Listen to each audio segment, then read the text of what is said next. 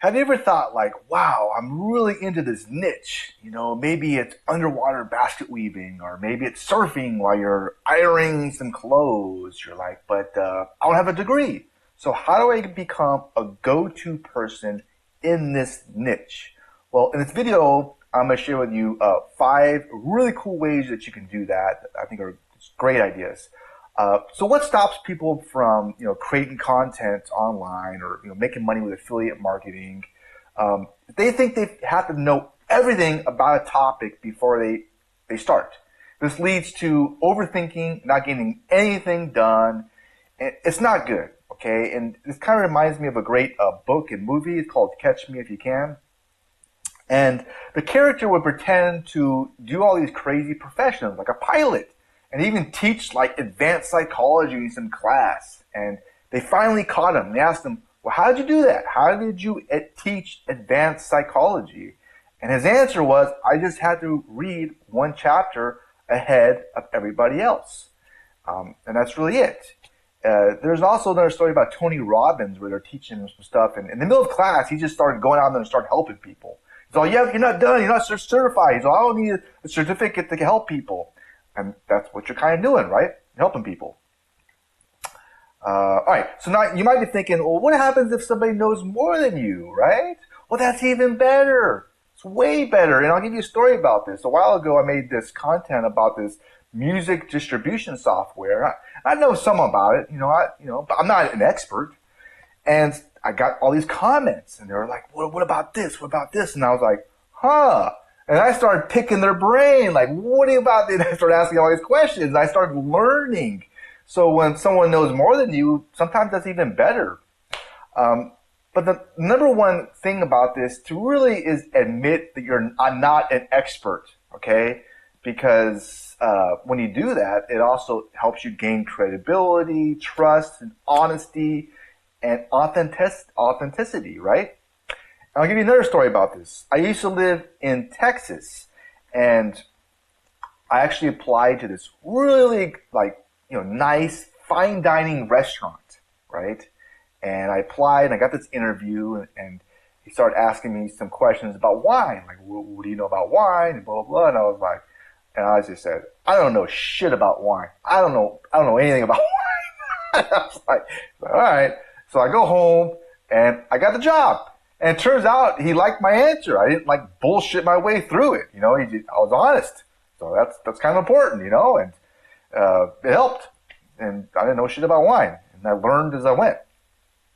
So admitting you're not an expert can help you in some ways, okay?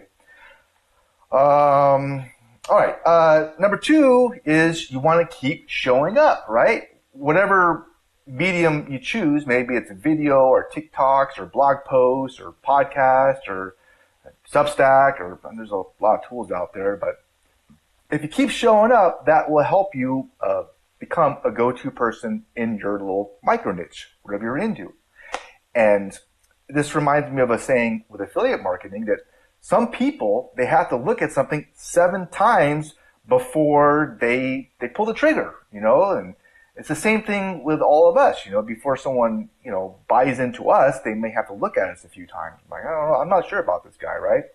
It's the same thing. So you want to show up. This means sending more emails, blog posts, and all that kind of good stuff. And okay, number 3 is the best friend voice.